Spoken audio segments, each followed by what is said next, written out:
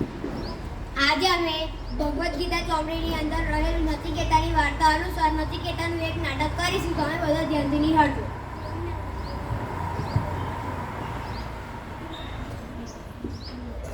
પ્રણામ યમરાજજી. પ્રણામ પિતાજી. પિતાજી, આ તમે શું કરો છો? દેખતો નથી, બ્રાહ્મણોને દાન આપું છું. પણ આ ગાય તો ઘડી છે, જ્યારે તમને સારી ગાય દાનમાં આપવી જોઈએ. તું મારા કરતા વધારે જાણ છે કે દાનમાં શું આપવું જોઈએ, શું ના આપવું જોઈએ. હા પિતાજી, દાનમાં એ વસ્તુ આપવી જોઈએ જે તે વ્યક્તિને ખૂબ જ પ્રિય હોય. તમને પ્રિય તો હું જ છું. તમે મને કોને દાનમાં આપશો? જા, મેં તને યમરાજને દાનમાં આપ્યો. જેવી તમારી આજ્ઞા પિતાજી. અરે રે, મારાથી શું થઈ ગયું? ગુસ્સામાં મારે ક્રોધપુત્રને યમરાજને દાનમાં આપી દીધો.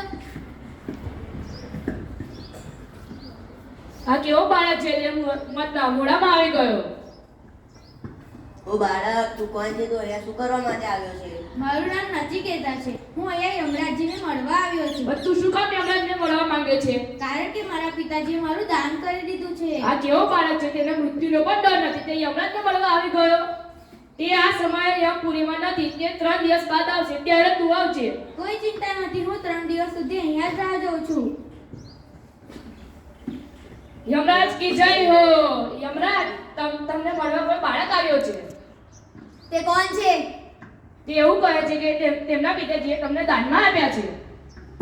તેની અંદર બોલાવો. બાળક, તને યમરાજી બોલાવી રહ્યા છે.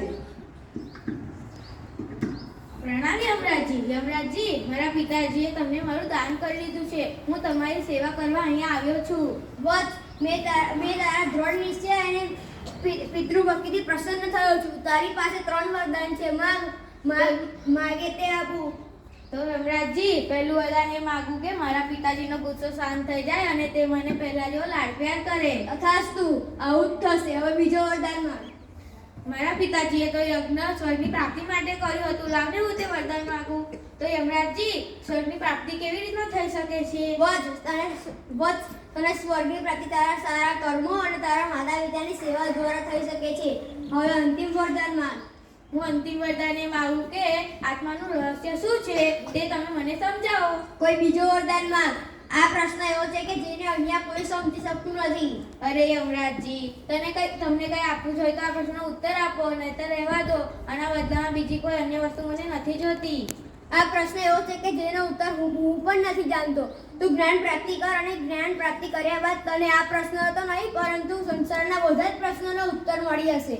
વિદ્યા એવો ખજાનો છે જેની બરાબરી સંસારની કોઈ અન્ય વસ્તુ કરી શકતી નથી.